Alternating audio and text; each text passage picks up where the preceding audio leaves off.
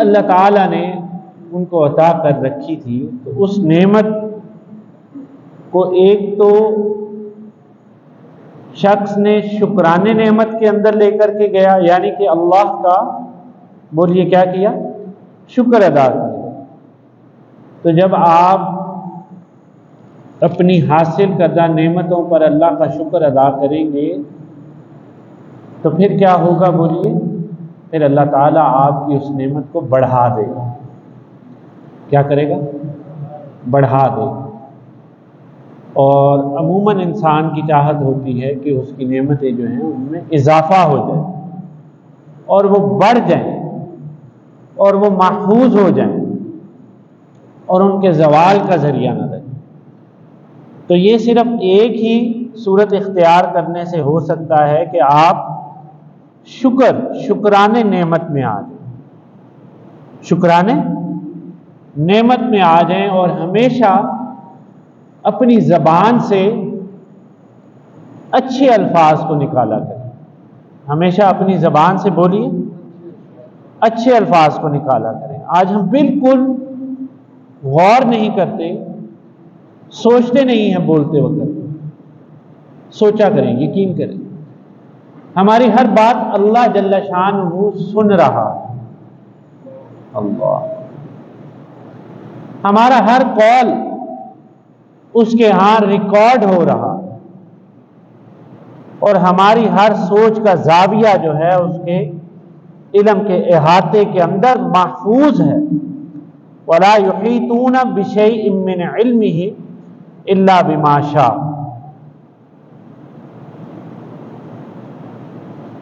تو اب میں آیت کی ابتدا کرتا ہوں کہ جو واقعہ میرا اللہ چاہتا ہے کہ اس کے بندوں تک پہنچا دیا جائے، اس کے بندوں تک بولیے پہنچا دیا جائے۔ اللہ تعالیٰ فرماتے ہیں سورۃ الکہف کے اندر آیت نمبر 32 اعوذ باللہ من الشیطان الرجیم، بسم اللہ الرحمن الرحیم۔ وَاضْرِبْ لَهُم مَثَلَ الرَّجُلَيْنِ جَعَلْنَا لِأَحَدِهِمَا جَنَّتَيْنِ مِنْ أَعْنَابٍ وَحَفَّفْنَاهُمَا بِنَخْلٍ وَجَعَلْنَا بَيْنَهُمَا زَرْعًا۔ اور اے نبی صلی اللہ علیہ وسلم، اب توجہ رکھیے گا کہ آپ ان سے مثال پیش کر دیجیے۔ وَاضْرِبْ لَهُم، آپ بیان کیجیے مثال، اور یہ واقعہ ان تک پہنچا دیجیے۔ مثلا رجلین، دو شخصوں کا واقعہ ان تک پہنچائیے۔ ٹو پرسنالٹیز، یعنی کہ دو لوگ۔ جعلنا لأحدہما جنتین، کہ جن میں سے ایک کو تو ہم نے دو باغات عطا کر رکھے تھے۔ توجہ رکھیے گا، میں نے پچھلا سارا جمعہ نعمت اور حصول نعمت اور نعمت کو استعمال کرنا، اور نعمت جو ہے جب آپ کو حاصل ہو جائے تو نعمت کا جو عمل انسان اختیار کرتا ہے، ایک علم کے ساتھ کرتا ہے اور دوسرا بولیے لا علمی میں کرتا ہے۔ ایک شکرانے نعمت میں کرتا ہے اور دوسرا جو ہے وہ کفرانے نعمت میں کرتا ہے۔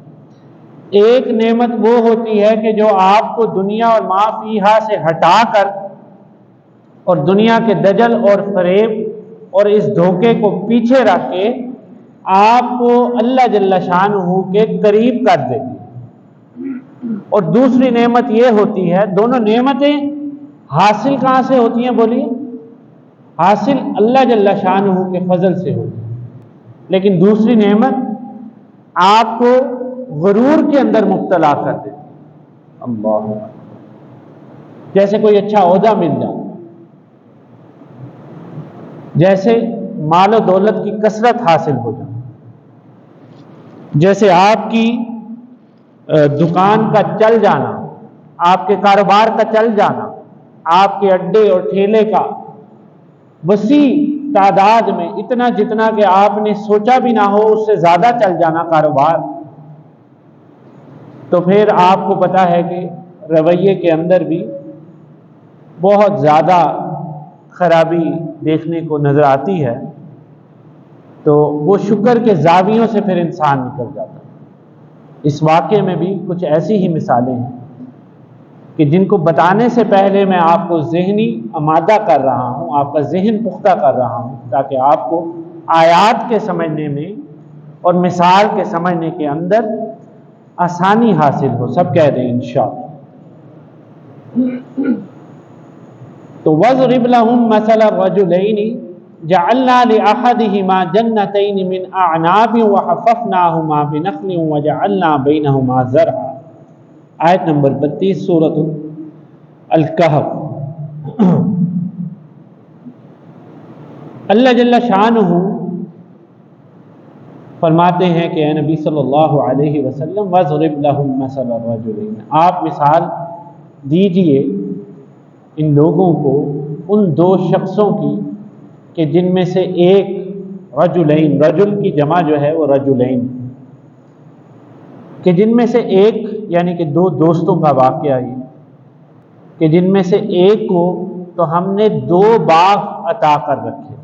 اللہ اکبر، کتنے باغ عطا کر رکھے تھے؟ دو باغ، جنتین من اعناب وحففناہما بنخل، یعنی ایک شخص کو اللہ تعالیٰ نے انگوروں کے دو باغ، من اعناب، انگوروں سے بھرے ہوئے انگور۔ آج بھی آپ دیکھیے کہ دنیا کے پھلوں میں ایک عظیم مرتبہ رکھتا ہے، اور انگور کی فصل جو ہے اور انگور کے باغات اگر آج بھی کسی کے پاس ہوں تو ایک مالدار شخصیت کی طرح جو ہے وہ دیکھا جائے گا، بلکہ ہوگا۔ اب نعمتیں دیکھیے کہ اللہ تعالیٰ نے کتنی عطا کی۔ انگور کے دو باغات اس شخص کو عطا کر دی، وَحَفَفْنَاهُمَا بِنَخْلٍ، اور اس کے گردا گرد جو ہے اللہ تعالیٰ فرماتے ہیں یعنی کہ جو ان باغوں کی جو باؤنڈریز تھی اس کے گردا گرد اللہ تعالیٰ نے کھجوروں کے درخت اس کو عطا کیا۔ اللہ اکبر، سبحان اللہ کہہ دیا کرے، FPR کا ٹیکس نہیں لگے گا سبحان اللہ کہنے۔ فضائل اعمال میں ہے کہ جنت میں آپ کا جو خالص نیت سے جو بندہ سبحان اللہ کہتا ہے، کہیں سبحان اللہ، تو اللہ تعالیٰ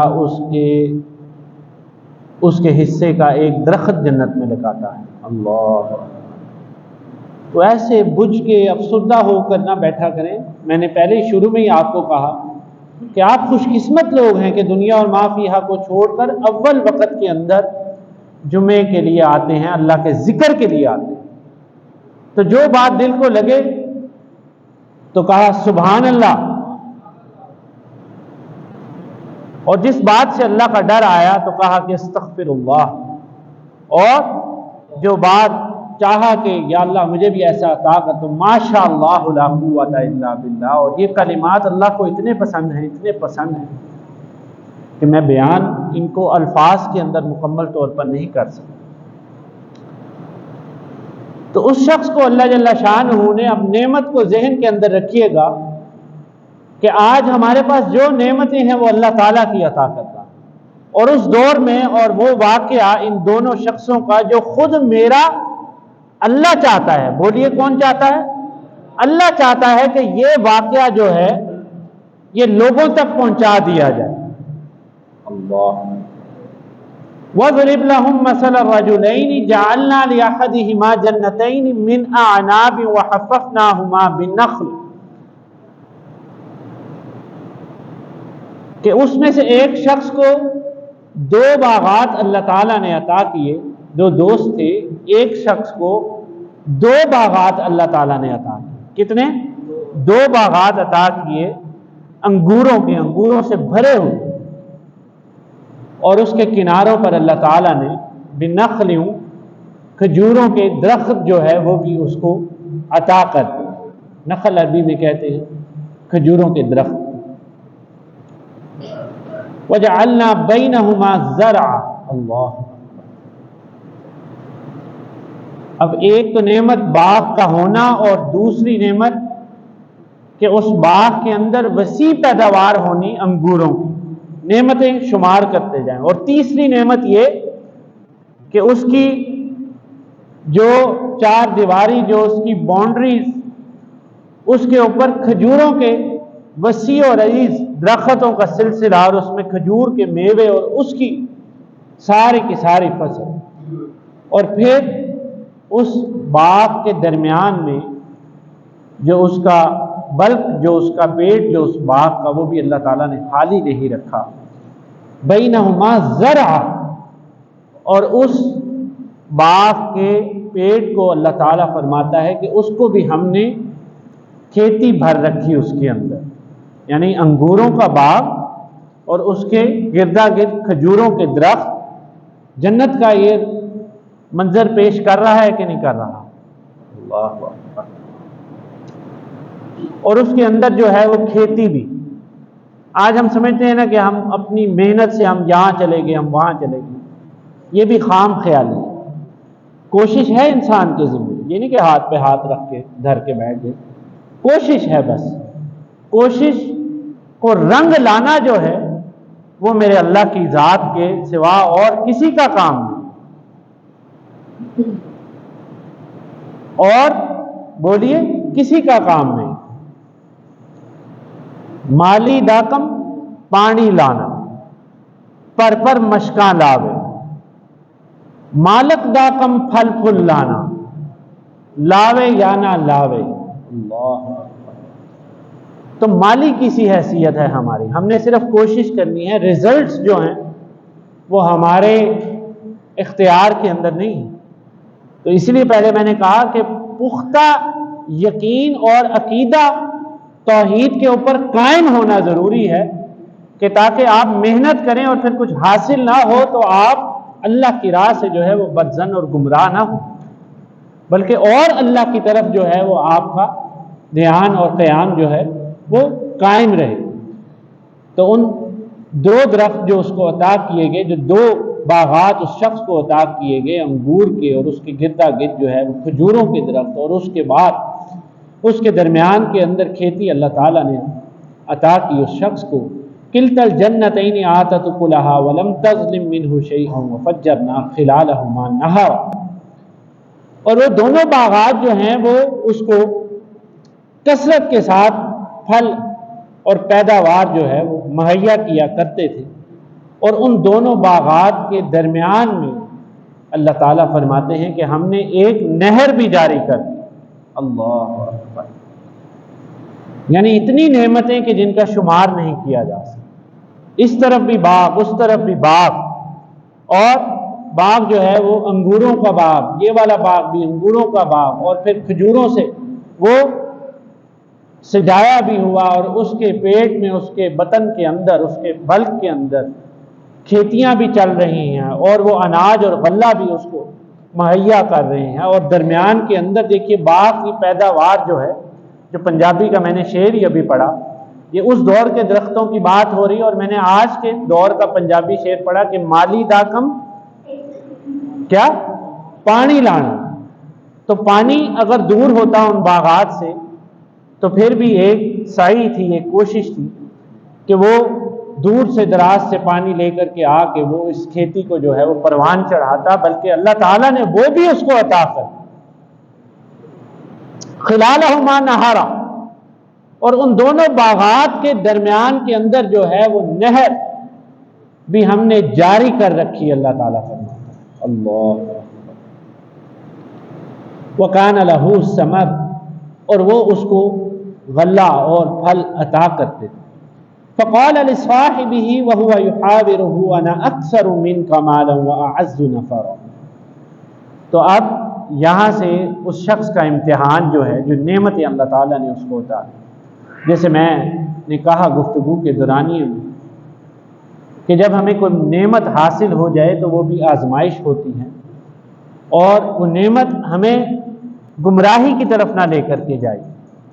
اب دیکھیے اس شخص کا کیا حال ہوا کہ وہ داخل ہوا اس باغ کے اندر، اور کیا کہتا ہے کہ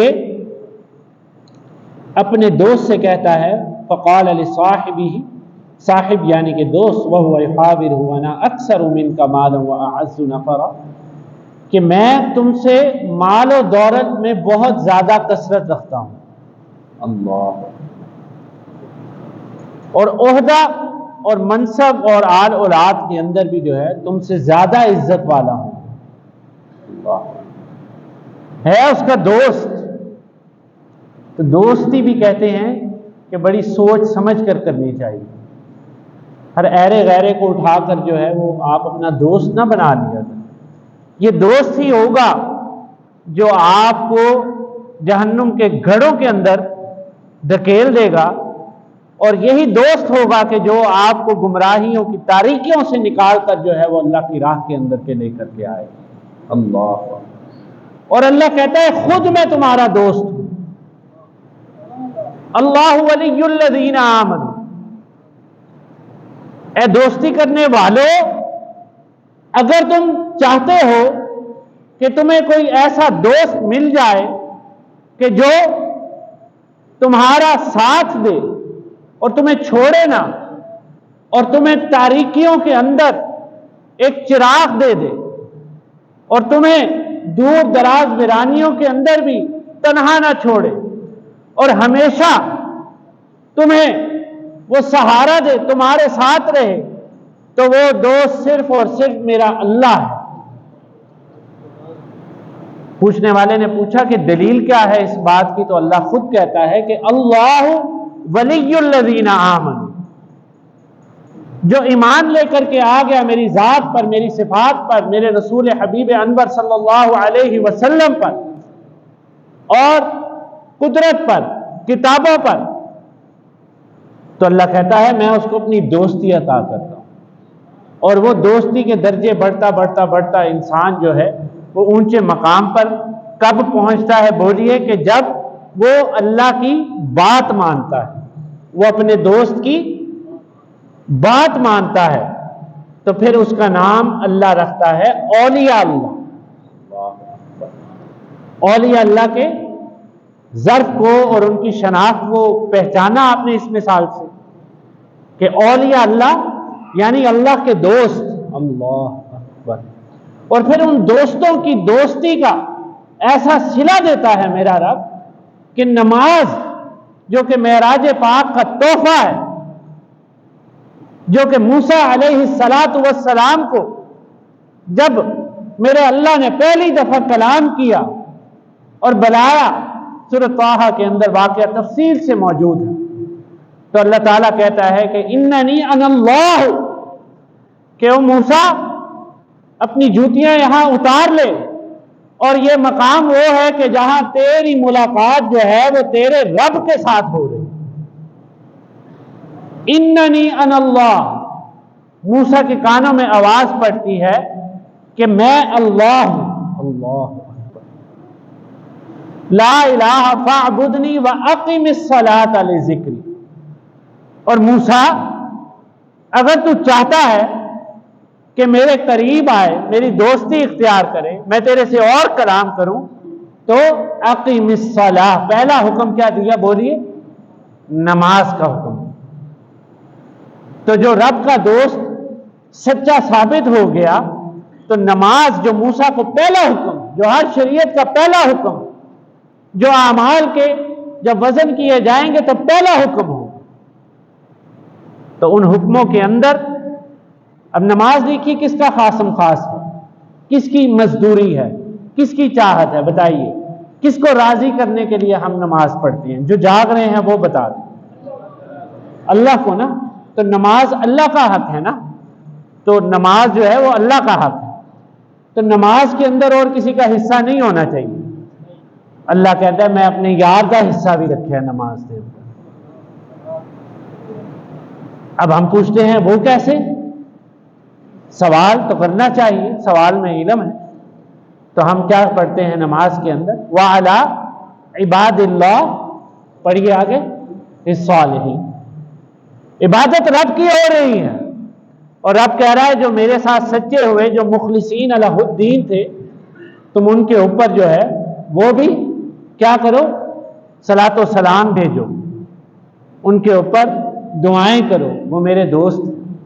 تو یہاں دوست کا واقعہ بیان ہو رہا ہے، اس نے اپنے دوست کو دھتکار دیا اور کہتا ہے کہ میں وَأَعَزُّ نَفَرًا أَنَا أَكْثَرُ مِنْكَ مَالًا۔ آج بھی یہی ہوتا ہے، کسی دوست کو آزمانا ہے نا تو پہلے ہی پریشانی مصیبت آنے سے پہلے ہی اس سے کچھ مال کا آپ مطالبہ کر لیا۔ دوستی ٹائم بڑا ضائع کرتی ہے، زندگی کے تجربے سے آپ کو بتا رہا ہوں، پوری زندگی آپ کی کنزیوم کر لے گی دوستی، دیمک کی طرح چمٹ جائے گا دوست۔ میں کدھر ہوں جی؟ میں دوست کے پاس بیٹھا۔ اچھا کدھر جا رہے ہیں جی؟ وہ والد نے پوچھا بیٹا کہاں تھے سارا دن؟ ابو جی میں دوست فلاں کام کہا تھا، کہاں تھا؟ وہ میرے دوست کی شادی تھی۔ تو انو بیٹا ہے کہ ایسی ہے کر لو۔ او جی میں تو اپنے دوست کو، اتنی دوستیاں نبھانے والوں یہ دیکھو کہ دوست جو ہے اگر مطلب پرست ہو، مفاد پرست ہو اور انا پرست ہو تو وہ تمہاری ساری کی ساری زندگی کا وقت اور تمہاری ساری کی ساری حیات کا مقصد جو ہے وہ تم سے چھین کر کے اور ردی کر کے تمہارے منہ پر مار دے گا۔ تو ایسے مکار اور عیار دوست کی دوستی سے بچنا بھی ہمارے اوپر فرض ہے۔ اللہ اکبر۔ انا اکثر منک مالا واعز نفرا۔